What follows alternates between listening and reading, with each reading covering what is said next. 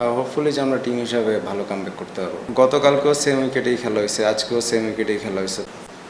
দুটো ম্যাচে আপনাদের ব্যাটিং সমস্যাটা সবচেয়ে বেশি দেখা দিল। অনেক প্লেয়ার আসার কথা ছিল, এখনো পর্যন্ত আসেনি। এবার সৌম্য হয়তো পরবর্তীতে জয়েন করবে। টিমের সম্পূর্ণ প্রশাসন, টিমের কম্বিনেশনটা কি কোথাও সমস্যা মনে হচ্ছে কিনা, বা অন্য কোনো? না, আসলে বিপিএলে এমনটা হয়, কারণ এমন না যে এটা অনেক নতুন, এমন হয়, কিন্তু যারা খেলতেছে স্টিল ওরা অনেক ক্যাপেবল, কিন্তু হয়তো বা জাস্ট একটা দুইটা ম্যাচেই কাউকে জাজ না করাটা ভালো। আর হোপফুলি যে আমরা টিম হিসাবে ভালো কামব্যাক করতে পারবো। ওকে, কপি। লাস্ট সিনারিওটা যদি কি বলতেন, মানে আপনার নেতাদের 5টা উইকেট চলে গিয়েছিল, তারপরে মনে হচ্ছিল যে আপনার ম্যাচটা জিততে পারে, সেখান থেকে আসলে কি হলো বা ওই সময়?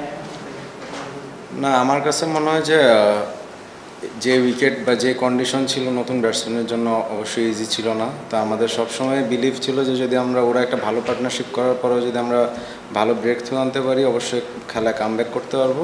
বাট কিছুটা আনলাকি যে হয়তো আমরা ম্যাচটা জিততে পারতাম, অনেক ক্লোজ ছিলাম, বাট ইনশাল্লাহ নেক্সট ম্যাচ জিতবো। ফরেনারগুলো না আসার জন্য একটা টিম কম্বিনেশনটা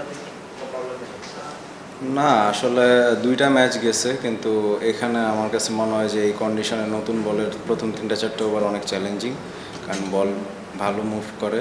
তো সেক্ষেত্রে হয়তো সবাই এক্সপেরিমেন্ট বা সবাই ইমপ্লিমেন্ট করতে পারে না আসলে, কিন্তু হোপফুলি যে তারা অনেক ভালো কামব্যাক করবে। প্রথম ম্যাচেও বারবার 3 উইকেট, আজকেও 3 উইকেট। এটা কতটা ডিফিকাল্ট সিচুয়েশন থেকে আবার রিকভার? আসলে ওরাও চাচ্ছে টপ অর্ডাররা যাতে তাড়াতাড়ি অ্যাডজাস্ট করতে পারে, কিন্তু ওরা অবশ্যই ক্যাপেবল। আমরা চাই যে ওরাও চায় যে নেক্সট ম্যাচ থেকে যাতে আমরা ভালোভাবে স্টার্ট করতে পারি, তাহলে অবশ্যই আমাদের টিমের টোটাল আরও ভালো হবে। লাস্ট ওভারটা যখন স্টার্ট হলো তখন তো নিশ্চয়ই বিলিভ ছিল যে আপনারাই জিতবেন, মানে? না, অবশ্যই, কারণ ফার্স্ট অফ অল হচ্ছে আমরা ওভার রেটে কিছুটা পিছিয়ে ছিলাম, তার জন্য হচ্ছে পেনাল্টি হয়েছিল যে আমরা আরেকটা এক্সট্রা ফিল্ডের ভিতরে আনতে হয়েছে।